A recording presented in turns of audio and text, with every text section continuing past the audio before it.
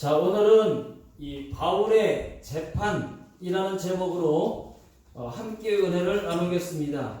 오늘 말씀을 보시면은 이 바울이 고소를 당합니다. 여러분 고소 당해보셨습니까? 누가 고소를 했느냐? 대제사장 아나니아와 장로들이 바울을 고소를 했습니다. 그리고 더들로라고 하는 변호사를 고용을 해서 더들로와 함께 바울을 고발한 것입니다. 자, 1절을 다 같이 한번 읽어보겠습니다. 시작. 닷새 후에 대제사장 아나니아가 어떤 장로들과 한 변호사 더들로와 함께 내려와서 총독 앞에서 바울을 고발하니라. 2절. 바울을 부르매 더들로가 고발하여 이르되. 왜 바울이 고발을 당했을까요? 그 진실을 알려고 하면은 사도행전 21장을 가봐야 됩니다. 21장으로 앞을 가보게 되면은, 자, 바울은 에베소 교회 장로들과 작별을 합니다. 그리고 여러 곳을 들러서 가이사랴까지 오게 됩니다. 가이사랴에는 초대교회 7집사였던 그 빌립 집사가 그곳에 살고 있습니다. 그 빌립 집사 집에서 잠시 머물고 있었는데, 빌립의 빌립에는 4딸이 있는데 4딸이 다 예언을 하는 겁니다. 예언을 하는데 한결같이 똑같이 예언을 하는데, 예루살렘으로 올라가지 마세요. 예루살렘으로 올라가면 죽을 수도 있습니다. 라고 예언을 4딸이 다 예언을 하는 겁니다. 또 아가보라고 하는 여선지자도 바울에게 예루살렘에 가면 안 됩니다. 가면 죽을 수 있습니다. 라고 예언을 그 여선지자도 하는 겁니다. 그럼에도 불구하고 바울은 다 알고 있어요. 죽을 수 있다는 것을 알고 있습니다. 그럼에도 불구하고 죽을 각오가 되어 있다고 얘기를 하고, 그리고 마지막 뜨거운 눈물에 그 작별 인사를 하고 예루살렘으로 지금 막 올라온 상태입니다. 그리고 처음에는 예루살렘에 가지 말라 그랬는데 죽을 각오 돼 있다고 하고 올라왔는데, 처음에는 유대인들의 환대를 받았습니다. 같은 그리스도인들의 그리스도인들의 환대를 받았어요. 그러나 얼마 되지 않아서 유대인들의 고발로 인해서 군인들에게 체포를 당하고 맙니다. 사람들은 바울을 없애버려야 된다, 살려둘 자가 아니라고 말을 합니다. 또 어떤 이들은 바울을 죽이기 전까지는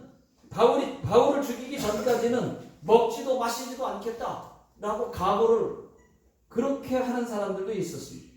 그런 사람이 먹지도 않겠다, 마시지도 않겠다, 죽이기 전에는 그렇게 결심한 사람이 40명 정도가 됩니다.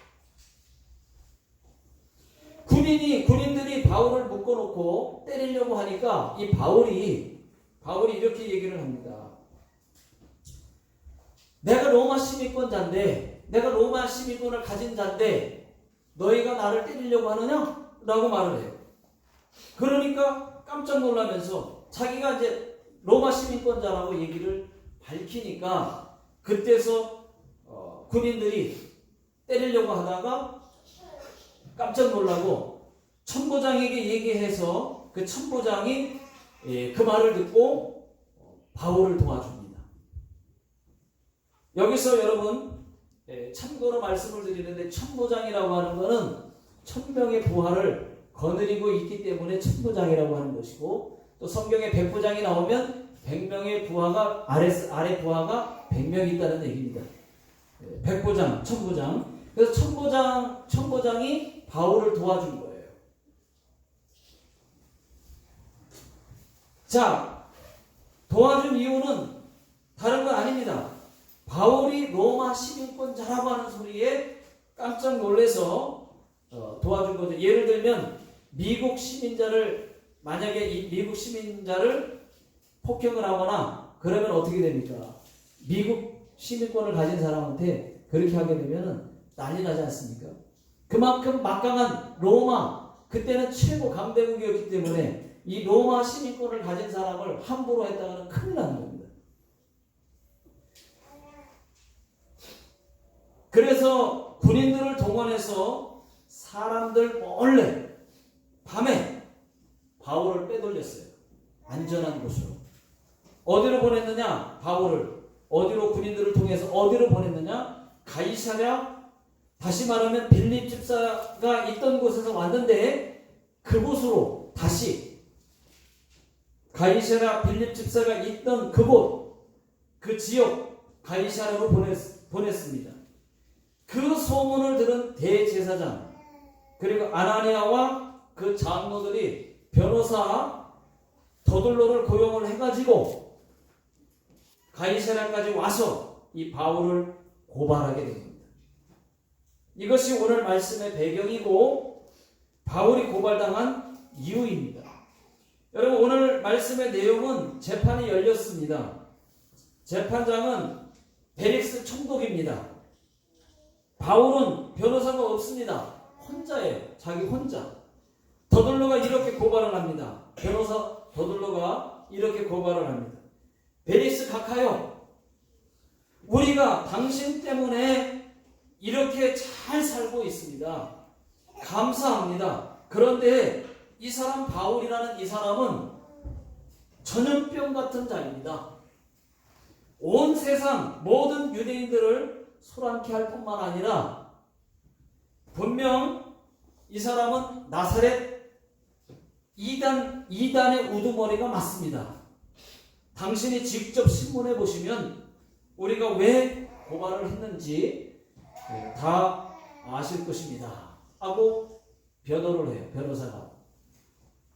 그러니까 법정에 있던 다른 유대인들도 옳소 하고 말을 합니다. 여기까지가 오늘 말씀의 내용, 읽은 내용입니다. 자, 그 다음 계속 보시게 되면은 바울의 변호가 나오는데 바울은 변호사가 없습니다. 자기 혼자 변호를 하는 거예요. 여러분, 저는 오늘 바울의 재판에서 두 가지를 말씀을 드리고 싶습니다. 더둘로가 바울을 고발했던 내용 두 가지가 나와요. 이 사람은 어떤 자입니다. 이 사람은 어떤 사람입니다. 라고 말한 그 두 가지, 그 두 가지를, 그 내용을 함께 여러분들과 함께 나누고 싶습니다. 첫 번째는 뭐냐? 바울을 전염병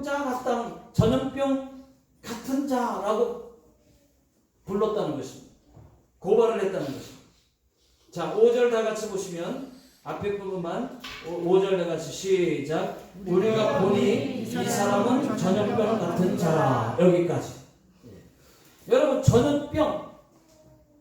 전염병 같은 자다라고 바울을 고발을 했어요. 여러분, 전염병이 얼마나 무섭습니까? 옛날 번역에는 연병이라고 기록되어 있어요. 지금은 전염병이라고 기록되어 있지만 전의 성경 번역에는 연병이라고 기록되어 있습니다. 여러분, 연병, 옛날에 저희 어렸을 때에도 저도 연병이라는 말 많이 들어봤어요. 연병할 놈 저도 많이 들어봤어요. 그런데 바울도 전염병 같은 자라는 소리를 들었습니다. 여러분, 거꾸로 한번 생각을 해보십시오. 바울의 전염병은 나쁜 전염병이 아니에요. 뭐 사기를 쳤다든지 나쁜 짓을 했다든지 살인을 했다든지 뭐 그런 전염병자가 아니에요. 바울은 나쁜 전염병자가 아니었습니다. 복음의 전염병, 천국 구원의 복음을 퍼뜨리는 전염병자였다고 하는 것입니다. 대제사장 아나니아와 더둘로는 이 바울이 전한 그 복음이 급속도로 번져가는 것을, 전파되는 것을 보고 이 바울을 전염병자 같다라고 별명을 붙여서 고발했던 것입니다. 그 다음 5절을 더 보시게 되면은 자, 5절을 보시면은 다 같이 한번 읽어보겠습니다. 시작. 천하에 흩어진 유대인을 다 소유하게 하는 자요. 여기까지. 천하에 흩어진 유대인을 다 소유하게 하는 자요 라고 그랬어요. 여러분, 디아스포라 아시죠? 디아스포라. 전 세계에 흩어져 있는 유대인들을 뜻하는 거예요. 전 세계 유대인들이 흩어져 있는 그 흩어진 사람들을 디아스포라라고 하는 거예요. 한국 사람들도 지금 전 세계에 흩어져 있는 디아스포라가 있죠. 그리고 전 세계에 한국 교회, 디아스포라, 한인교회들이 있습니다. 마찬가지로 일본 사람들도 전 세계에 디아스포라가 있어요. 흩어져 있는 일본인들, 전 세계에. 그 전 세계에 흩어진 디아스포라 유대인들에게 강력한 영향을 끼치고 있는 것을 보고 예수 십자가, 그러니까 예수를 십자가에 못 박았던 이 전통 유대인들이 그들은 바울을 살려줘서는 안 되겠다 생각했던 겁니다. 그래서 바울을 죽이고자 고발을 했던 거죠. 너무 전염성이 빠르니까. 전 세계에 흩어져 있는 디아스포라 유대인들에게 막 복음이 막 번져나가니까. 그러니까 예수님을 십자가에 못 박았던 그 전통 유대인들, 그 유대인들이 예수님을 죽이려고, 아니 그 예수 복음을 전하는 바울을 죽이려고 그렇게 했던 것이죠. 그래서 바울을 죽이려고 고발을 하게 된 것입니다. 여러분, 우리는 여기서 이 바울의 복음의 영향력을 생각해 볼 필요가 있습니다. 오늘날 기독교인들이 이렇게 많은데 한국 같으면 지금 얼마나 많은 교회가 있습니까? 건물 하나 걸로 하나 교회라고 할 정도로 얼마나 많은 교회가 있습니까? 이렇게 많은데, 오늘의 교회가 이렇게 많은데 지금은 왜 복음이 우리 주변에 퍼져나가지 못하는 것일까? 왜 전염되지 않는 것일까? 왜 세상이 바뀌지 않는 걸까요? 교회가 그렇게 많은데 왜 세상이 바뀌지는 않는 걸까요? 그때의 복음이나 지금의 복음이나 똑같습니다, 여러분. 그런데 왜 바람 빠진 복음처럼, 왜 그럴까? 그 이유는 여러분, 우리가 복음을 그만큼 전하지 않고 있기 때문에 그렇습니다.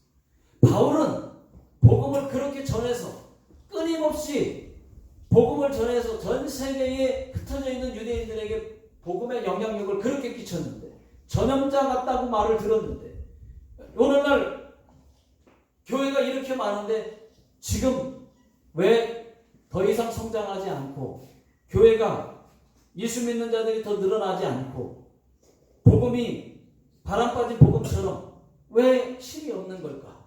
생각해 보면 여러분, 그만큼 지금은 전도를 안 하고 있기 때문이었습니다.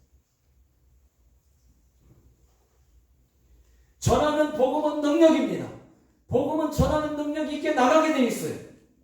복음은 그 자체가 능력이 있습니다. 복음은 전염성을 가지고 있습니다. 지금도 복음이 전해지는 곳에는 복음의 놀라운 능력이 지금 세계 곳곳에서 일어나고 있습니다. 마을 전체가 예수 믿고요.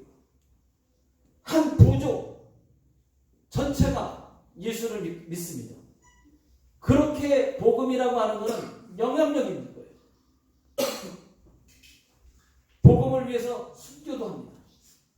이것이 복음의 능력입니다. 그런데 복음이 빠르게 전염되지 않는 것은 우리가 복음을 전하지 않기 때문에, 비겁한 침묵만 하고 있기 때문입니다.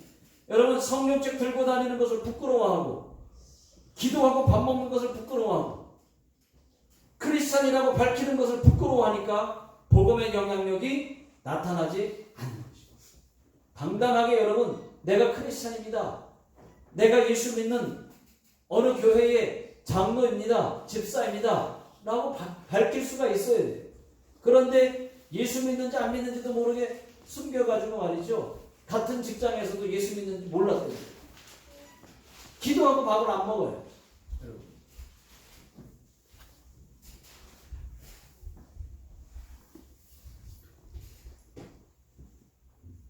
여러분 지금 일본은 지금 크리스찬이 0.4% 있습니다. 0.4%밖에 안 됩니다. 여러분 일본의 크리스찬이 그만큼 적어요. 복음이 전파되질 않았어요. 0.4% 1억 2,700만 중에 800만 이런 인구 중에 0.4%밖에는 크리스찬이 아니에요. 한국은 20%, 25%가 크리스찬이에요. 그런데 일본은 예수 믿는 사람들이 그만큼 적어요. 교회도 십자가를 찾아보기가 쉽지 않습니다. 0.4%. 그러면 1억 2,700만 인구 중에 지금 일본의 크리스찬이 53만 명 있어요. 53만 명. 그럼 53만 명이 다 주일날 교회를 다 나오느냐? 예배를 드리고 있느냐? 그렇지가 않습니다. 주일날 평균 출석 53만 명, 그나마 0.4%이 53만 명 중에 27만 정도만 주일날 평균적으로 출석을 하고 있어요. 그래도 적은데 주일날 그렇게 많지 않은 분들이 지금 그만큼 복음이 필요한 곳이 일본이라고 하는 것입니다. 여러분 일본 전체가 저는 많은 사람들이 우리와 같이 예수 믿고 다 천국 갔으면 좋겠어요.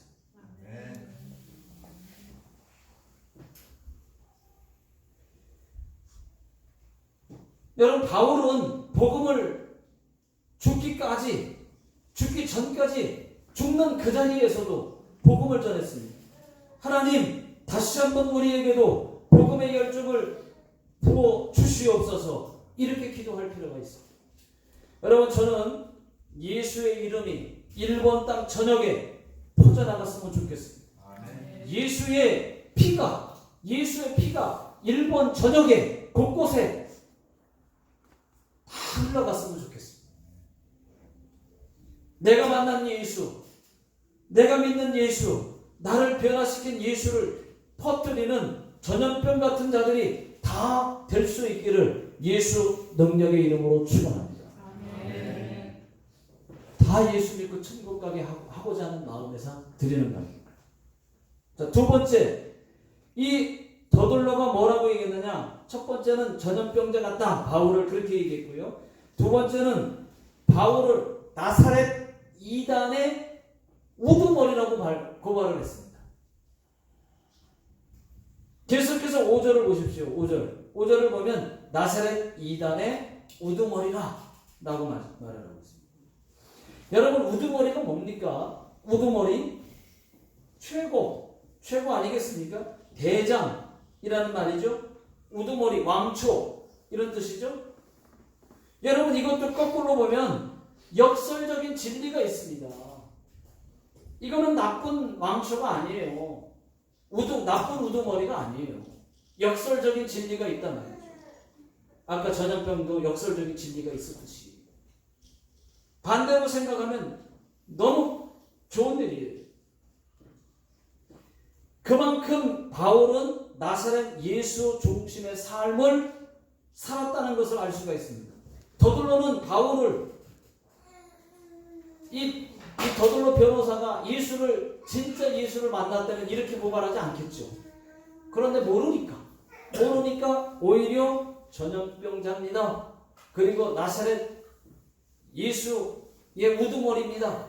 이단의 우두머리입니다. 라고 고발을 했겠죠. 모르니까. 더둘러는 바울을 이단,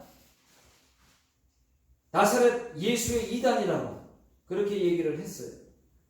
여기서 여러분 나사렛이 누굽니까? 나사렛이 예수님을 말하는 거예요. 예수님. 복음서에서 예수님을 말할 때 가장 많이 사용했던 단어가 나사렛입니다. 나사렛 예수 또는 나사렛 사람. 예수님도 자기 스스로를 나사렛 예수라고 자기 스스로도 불렀습니다. 사울이 바울 되기 전에 먼저는 바울이 그 훌륭한 바울 이전에 사울이라는 이름을 가졌었잖아요. 그러니까 그 사울이 예수를 만나기 전에는 예수 믿는 사람들을 핍박했거든요. 예수 믿는 사람들을 잡아다가 감옥에 가뒀거든요. 오히려 앞장서서 예수 믿는 사람들을 핍박했던 사울이었는데, 그 바울 되기 이전에, 바울이라는 이름이 바뀌기 전에, 그 바울의 이전의 사울은 그랬던 사람입니다. 그런데 이번에도 이제 이 사울이 이제 예수 믿는 사람을 또 붙잡아다가 또 핍박하기 위해서 다메섹 도상으로 가다가 중간에 가는 도중에, 다메섹 도상 가는 중에 길거리에서 예수님을 만난 거예요. 갑자기 하늘에서 음성이 들린 겁니다. 사울아, 사울아. 그러니까 막 하늘에서 음성이 막 크게 막 들리니까 깜짝 놀랐죠. 그 자리에 푹 주저앉았습니다. 그리고 눈을 감았습니다. 빛이 얼마나 강렬했는지 눈을 못 뜨는 거예요. 그래서 막 눈을 감았습니다. 퍽 엎어졌습니다. 그리고 누구십니까? 라고 하니까 네가 핍박하는 나사렛 예수인이라 라고 했어요. 그러니까 예수님도 자기 자신을 소개할 때 나사렛 예수다, 네가 핍박하는 나사렛 예수이다 라고 말했어요. 그때 예수님을 그날 그 자리에서 만나고, 사울이었죠. 사울이 이제 예수 믿고 오히려 핍박했던 자가 예수를 위해서 복음을 전하고 목숨을 순교하기까지 복음을 전하는 위대한 사도 바울이 되었습니다. 이름을 바꿔줬어요. 바울.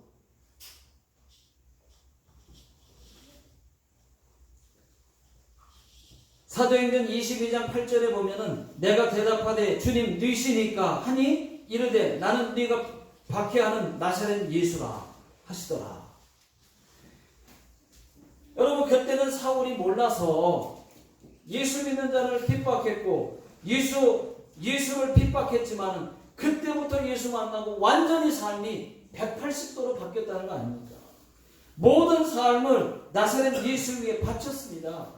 그때부터 나사렛 예수의 우두머리가 되었습니다.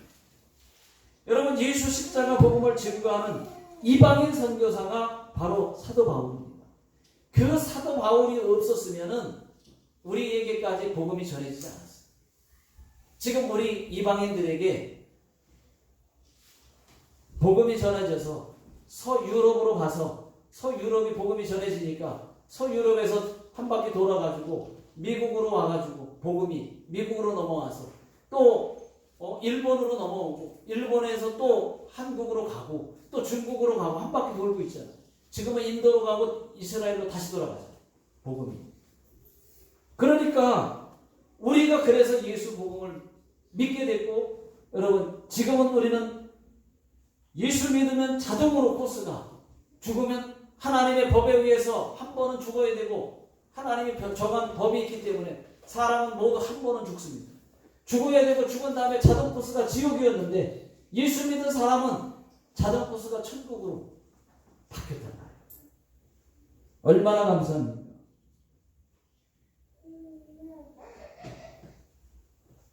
여러분, 더둘로가 바울에게 나사렛 이단의 우두머리라고 말을 했습니다. 고발을 했습니다. 이 말을 거꾸로 생각해 보면 예수를 그 누구보다도 잘 믿었다는 뜻이에요.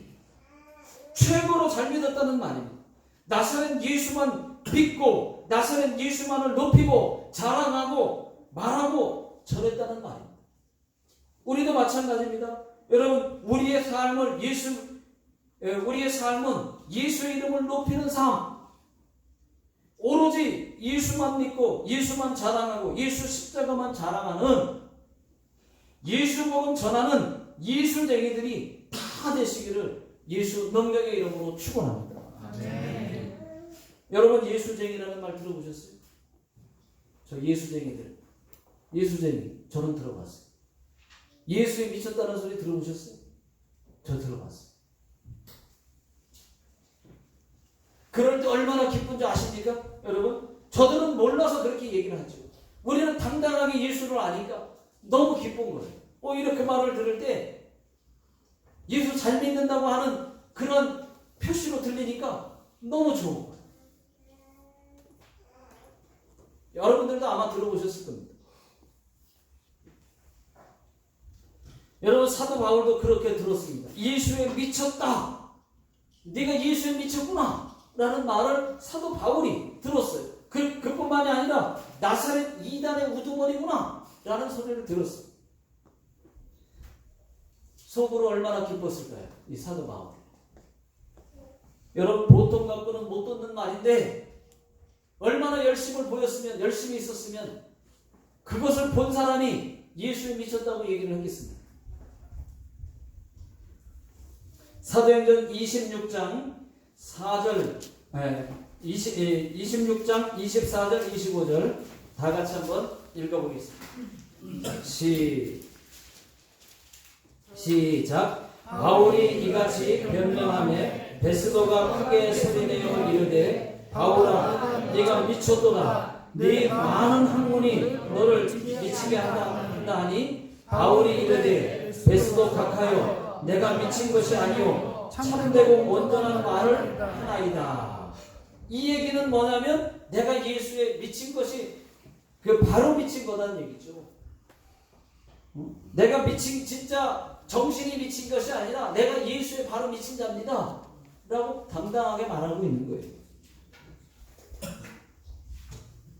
베스도가 사도 바울에게 너 예수에 단단히 미쳤구나.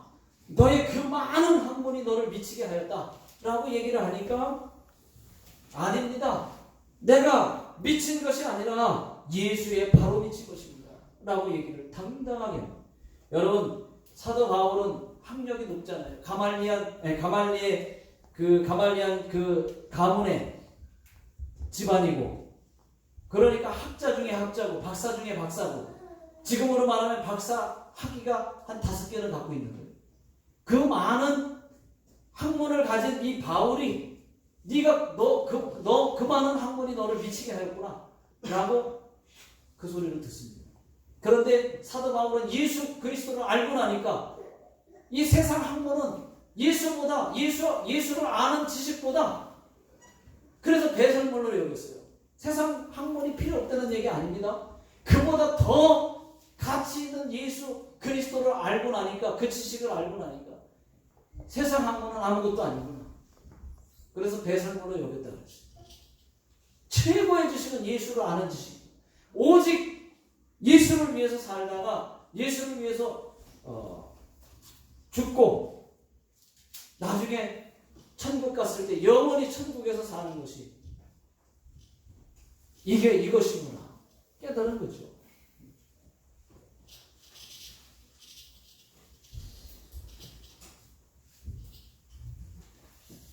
그리고 마지막에 또 뭐라고 얘기하냐면 사도 바울이 더 멋있는 말을 합니다. 이렇게 자기가 지금 결박돼 가지고 지금 체포돼서 지금 자유가 없이 결박된 상태로 지금 재판을 받고 있잖아요. 그러니까 이렇게 결박된 것 외에는 나와 같이 되기를 각하와 여기 있는 모든 분들이 나와 같이 되기를 원합니다 라고 얘기해요. 당당하게 당신들도 나처럼 예수에 바로 미친 자들이 되기를 바랍니다 하고 얘기를 하는 거예요. 여러분 예수 믿는 사람들에게는 예수에 미쳤다, 예수쟁이다, 예수 믿는 것들 이런 말들을 여러분 들을 수 있기를 주의 이름으로 축원합니다. 모르니까 그렇게 말할 거예요. 아는 사람은 그게 듣기 싫은 말이 아니에요. 그만큼 감사한 거죠. 그렇게 말해주는 거지.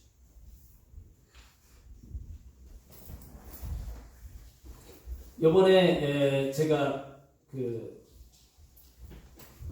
한국에 초대를 받고 그곳에 가서 제가 많은 분들 앞에서 마지막 예배 설교를 하게 됐는데 거기서 이제 선교지에서 일어났던 여기 마지못도 이 복음천 교회 우리 교회에서 일어났던 간증을 좀 했는데요.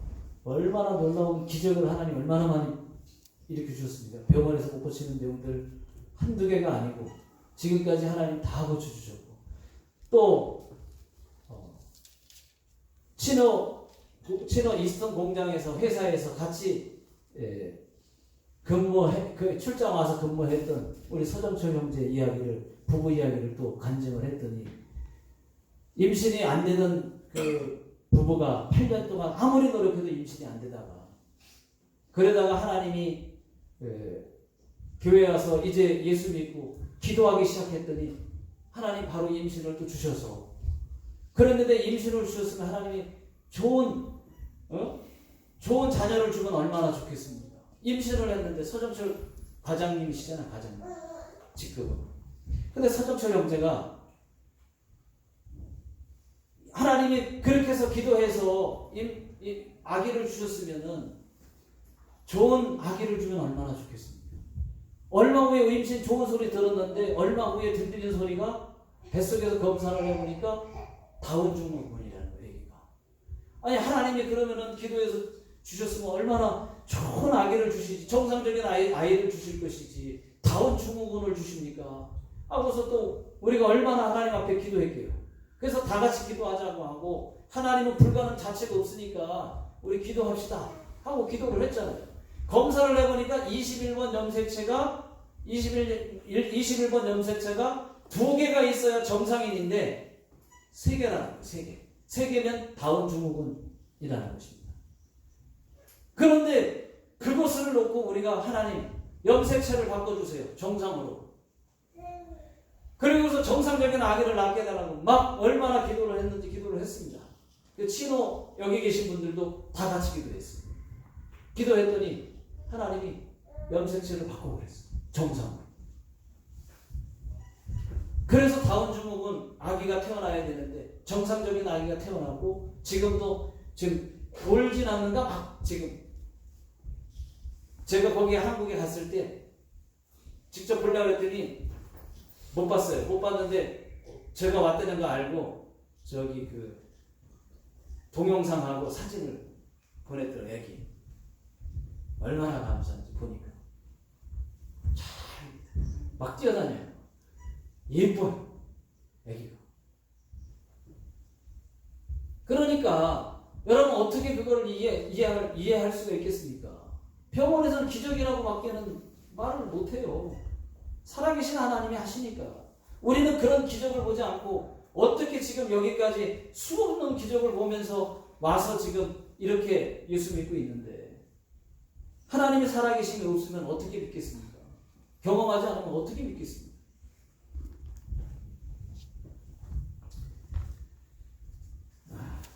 그랬더니 다른 분들이 여러 가지 간증이 있었지만 그 중에 하나 그 부분을 이제 간증을 했더니 너무 모두들 그 감동받았다고 너무 은혜 받았다고 이렇게 말씀을 하셨어요.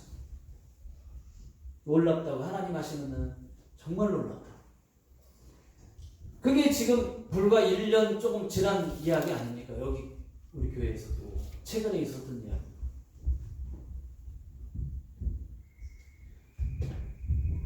말씀을 맺겠습니다. 여러분 우리도 사도 바울처럼 성령에 사로잡혀 이 복음의 감격을 회복하고 또 복음의 열정을 회복하고 복음을 전염시키고 나사렛 예수의 우두머리들 같이 신앙생활하게 되시기를 예수 능력의 이름으로 축원합니다. 기도하겠습니다.